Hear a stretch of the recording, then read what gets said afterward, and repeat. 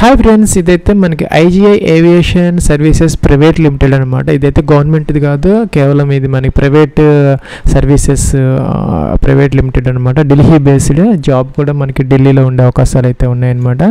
దీనికి సంబంధించినటువంటి 1400 వేకెన్సీస్ ఏవైతే ఉన్నాయో దానికి సంబంధించినటువంటి అప్లికేషన్ ఆన్లైన్ ప్రాసెస్ ఈరోజు స్టార్ట్ అవుతున్నది. 10th July 2025, ఇంకా 21st September 2025 is the last date apply చేసుకునే దానికి. దీనికి సంబంధించి ఒక చిన్న ఎగ్జామినేషన్ అలాగే ఒక ఇంటర్వ్యూ కూడా కండక్ట్ చేయడం అయితే జరుగుతుంది. ప్లస్ ఇక్కడ మనకి ఎయిర్పోర్ట్ గ్రౌండ్ స్టాఫ్ అనమాట. దీనికి male and female both are eligible అవుతారు. ఇంటర్మీడియట్ అంతకన్నా ఎక్కువ చదువుకున్న వాళ్ళు దీనికి అప్లై అయితే చేయొచ్చు. ఇంకా దీనికి సంబంధించి మనకి 18 to 30 years అనమాట అప్పర్ ఏజ్.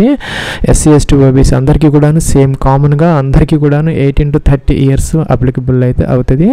ఇంకా 25,000 నుంచి 35,000 వరకు మనకి శాలరీ ఉండే అయితే అవకాశాలు అయితే ఉన్నాయి. కన్సాలిడేటెడ్ శాలరీ అనమాట, ప్రైవేట్ కాబట్టి. అలాగే మనకి 1000 వేకెన్సీస్ దాకా ఉన్నాయి. ఇంకా లోడర్స్ ఓన్లీ మేల్ క్యాండిడేట్స్ మాత్రమే దీనికి ఎలిజిబుల్ అవుతారు. 10th పాస్ అయితే సరిపోతుంది. దీనికి కూడా 40 years వరకు మనకి ఏజ్ అయితే ఇచ్చారనమాట. దీనికి 25,000 వరకు శాలరీ వచ్చే అవకాశాలు అయితే ఉన్నాయి. 429 వేకెన్సీస్ దాకా ఉన్నాయన్నమాట. ఫ్రెండ్స్, ఇక్కడ మనకి 10th+ ITI చేసిన వాళ్ళు ఇక్కడ మనకి గ్రౌండ్ స్టాఫ్ వేకెన్సీస్కి అప్లై చేసుకునే అవకాశం అయితే ఉంటుంది. ప్లస్ ఇక్కడ మనకి ఒక చిన్న ఎగ్జామ్ అయితే కండక్ట్ చేస్తారనమాట. 100 questions 90 minutes టైం అనమాట. ఇక్కడ మనకి నెగిటివ్ మార్కింగ్ అనేది లేదనమాట. అంటే రాంగ్ ఆన్సర్స్కి ఎటువంటి మార్క్స్ తీసేయటం జరగదనమాట.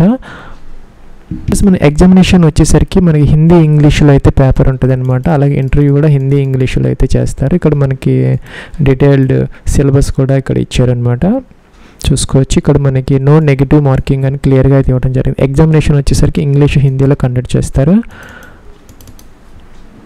ప్లస్ మనకి ఇంకా ఎగ్జామినేషన్ అనేది ఇక్కడ స్టేట్ వైజ్ ఇచ్చారనమాట. మన ఆంధ్ర, తమిళనాడు అలాగే తెలంగాణకి సంబంధించి విశాఖపట్నం, హైదరాబాద్ ఈ రెండు ఉన్నాయన్నమాట.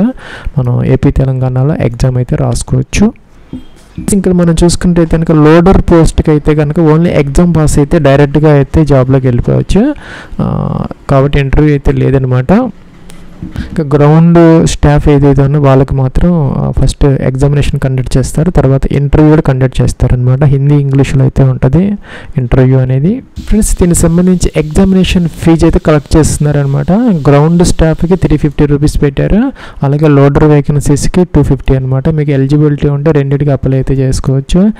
ఏజ్ రిలాక్సేషన్స్ అనేవి ఏం లేదనమాట. అలాగే ఇక్కడ ఫీజు రిలాక్సేషన్ కూడా ఏం లేదు. SC ST OBC అందరికీ కూడాను ఒకటి కామన్ ఫీజు, కామన్ ఏజ్ అన్నీ కూడా కామన్గా ఉంది. The application fee will remain the same for all candidates. ఇది ఫ్రెండ్స్ మనకి బేసిక్గా ఉన్నటువంటి ఇన్ఫర్మేషన్ అనమాట. ఇంకా అప్లికేషన్ ప్రాసెస్కి సంబంధించి ఇక్కడ మనకి స్టార్ మార్క్ పెట్టినవని కంపల్సరీగా మనం ఫిల్ అవుట్ అయితే చేసుకోవాలి. ప్లస్ ఇక్కడ మనకు హెల్ప్ లైన్ ఇచ్చారనమాట, ఫోన్ నెంబర్ అలాగే ఈమెయిల్ ID కూడా ఇచ్చారు. వీళ్ళని మీరు కాంటాక్ట్ అయితే చేసుకోవచ్చు మీకు ఏదైనా డౌట్స్ కనుక ఉంటే. ప్లస్ ఇక్కడ అప్లికేషన్ ప్రాసెస్లో ఇక్కడ మొదట అయితే మీ యొక్క నేమ్, మీ యొక్క ఫుల్ నేమ్ అయితే ఎంటర్ అయితే చేసుకోవాలన్నమాట. అలాగే ఇక్కడ మీ యొక్క ఫాదర్స్ నేమ్ ఎంటర్ చేయాలి, అలాగే మీ యొక్క మదర్స్ నేమ్ ఎంటర్ చేయాలి. డేట్ ఆఫ్ బర్త్ అనమాట, క్యాలెండర్ ఇచ్చారు. దీని నుంచి మొదట ఇయర్ సెలెక్ట్ చేసుకొని మంత్, డే సెలెక్ట్ అయితే చేసుకోవాలి. నెక్స్ట్ వాళ్ళు ఇండియన్ సెలెక్ట్ చేసుకోవాలి. జెండర్ మేల్ ఫీమేలా. ఇందాక చెప్పినట్టుగా ఈ యొక్క ఎయిర్పోర్ట్ గ్రౌండ్ స్టాఫ్కి both male and female eligible అనమాట. లోడర్ పోస్ట్కి మాత్రం ఓన్లీ మేల్ మాత్రమే ఎలిజిబుల్ అనమాట. సో దాని ప్రకారం మీరు సెలెక్ట్ అయితే చేసుకోవాలి. కేటగిరీ అందరికీ కూడాను ఫీజును ఏజ్ రిలాక్సేషన్ కామన్గా అయితే ఉంది. అందరికీ కూడాను మనకి జనరల్ అనమాట. అందరు జనరల్గానే కన్సిడర్ చేస్తారు. కాకపోతే ఇక్కడ కాలం అయితే ఇచ్చారు, మీ యొక్క కేటగిరీ ఏంటో సెలెక్ట్ అయితే చేసుకోవచ్చు. అయితే ఎటువంటి ఫీజు రిలాక్సేషన్స్ కానీ ఏజ్ రిలాక్సేషన్స్ కానీ అప్లికబుల్ అయితే మీకు కావన్నమాట. సో సెలెక్ట్ అయితే చేసుకోవచ్చు. దానికి సంబంధించినటువంటి ఎటువంటి యొక్క ఏమి అడగరనమాట మిమ్మల్ని. SC ST OBCకి సంబంధించినటువంటి సర్టిఫికేట్స్ ఏమీ అవసరం లేదు, ఇది ప్రైవేట్ ఇది కాబట్టి.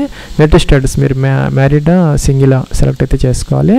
చూజ్ ఎగ్జామినేషన్ సెంటర్ ఇందాక చెప్పినట్టుగా హైదరాబాద్, విశాఖపట్నం కూడా ఉన్నాయన్నమాట. సో మీరు సెలెక్ట్ అయితే చేసుకోవచ్చు. ఫ్రెండ్స్, ఇంకా కాంటాక్ట్ ఇన్ఫర్మేషన్ అనమాట.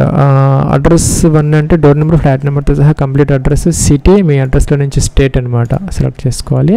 అలాగే పిన్ కోడ్ ఎంటర్ చేయాలి. ఈమెయిల్ ID అనమాట, మీ యొక్క ఈమెయిల్ ID ఏదైతే ఉందో అది ఇక్కడ ఎంటర్ అయితే చేసుకున్న తర్వాత ఇక్కడ కాంటాక్ట్ నెంబర్ అనమాట. ఇక్కడ ఒకటైతే కంపల్సరీగా మీ యొక్క 10-digit మొబైల్ నెంబర్ ఎంటర్ చేసుకోవాలి. సెకండ్ ఉంటే ఎంటర్ అయితే చేసుకోవచ్చు, లేకపోతే ఆప్షన్లు అనమాట. ఫ్రెండ్స్ అలాగే ఎడ్యుకేషన్ క్వాలిఫికేషన్ అనమాట. ఇక్కడ 10th ఇంటర్మీడియట్ గ్రాడ్యుయేషన్. ఇక్కడ మనకి ఎయిర్పోర్ట్ గ్రౌండ్ స్టాఫ్కి మాత్రం ఇంటర్మీడియట్ లేదంటే అంతకన్నా ఎక్కువ చదువుకున్న వాళ్ళు ఎలిజిబుల్ అవుతారు. లోడర్స్కి మాత్రం 10th క్లాస్ సరిపోతుంది అనమాట. సో మీ యొక్క ఎడ్యుకేషన్ క్వాలిఫికేషన్ ఏంటి అనేది సెలెక్ట్ అయితే చేసుకోవచ్చు. అలాగే జనరల్ ఇన్ఫర్మేషన్ అనమాట. ఆధార్ కార్డు డీటెయిల్స్లో ఉన్నటువంటి మీ యొక్క ఫుల్ నేమ్ ఎంటర్ చేయాలి. ఆధార్ కార్డు ప్రకారం మీ యొక్క ఫుల్ నేమ్ ఎంటర్ చేయాలి. ఆధార్ కార్డు నెంబర్ కూడా ఎంటర్ అయితే చేసుకోవాలన్నమాట. అట్లాగే ఇక్కడ ఫోటోగ్రాఫ్ అప్లోడ్ అయితే చేసుకోవాలి. 4 MB వరకు అలౌ చేస్తారు. జేపీజీ కానీ పిఎన్జీలో కానీ బ్రౌజ్ అని చెప్పేసి అలా ఫోటోగ్రాఫ్ అప్లోడ్ చేయాలి. ఇక్కడ మీరు ఇంటర్మీడియట్ సెలెక్ట్ చేసుకుంటే మీకు 2 వేకెన్సీస్ వస్తాయి అన్నమాట. లోడర్కి ఎయిర్పోర్ట్ గ్రౌండ్ స్టాఫ్కి 2 కావాలంటే టికాన్ చేసుకోవచ్చు. అది examination fee for both positions applicable అని వస్తున్నది. ఇక్కడ ఇలాగ వస్తుంది అనమాట. సో ఒక పొజిషన్ సెలెక్ట్ చేసుకుంటే ఇలా వస్తుంది ఇలాగనమాట. ఇక్కడ 350 రూపీస్ ఫర్ ఈ గ్రౌండ్ స్టాఫ్, 250 ఫర్ లోడర్ అనమాట. 2 సెలెక్ట్ చేసుకుంటే 600 రూపాయలు అయితే వస్తాయి అనమాట. సపోజ్ మీరు ఇక్కడ 10th మాత్రమే ఇస్తే కనుక మీకు ఒక్క పోస్ట్కి మాత్రమే ఎలిజిబుల్ అవుతారు లోడర్ అనమాట. అప్పుడు 250 రూపీస్ పే చేస్తే సరిపోతుంది. సో ఇక్కడ ఈ 2 సెలెక్ట్ అయితే చేసుకోవచ్చు. 10th క్లాస్కి సంబంధించినటువంటి ఇన్స్టిట్యూట్ నేమ్ అనమాట. మీరు ఏ స్కూల్లో అయితే చదువుకున్నారో అది మెన్షన్ అయితే చేయాలన్నమాట.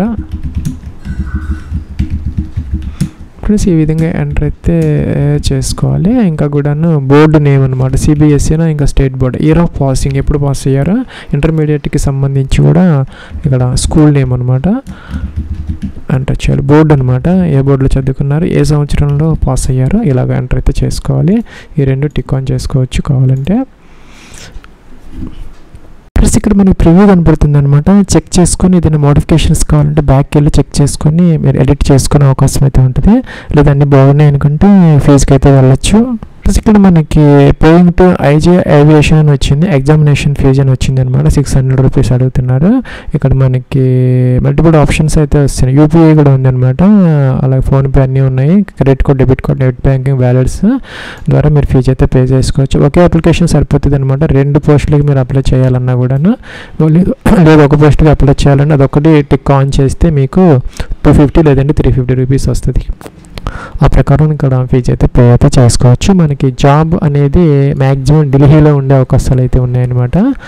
సో దాని ప్రకారం చూసుకొని మీకు ఇంట్రెస్ట్ ఉంటే కనుక అప్లై అయితే చేసుకోవచ్చు. లాస్ట్ డేట్ వచ్చేసరికి 21 సెప్టెంబర్ 2025 అనమాట లాస్ట్ డేట్.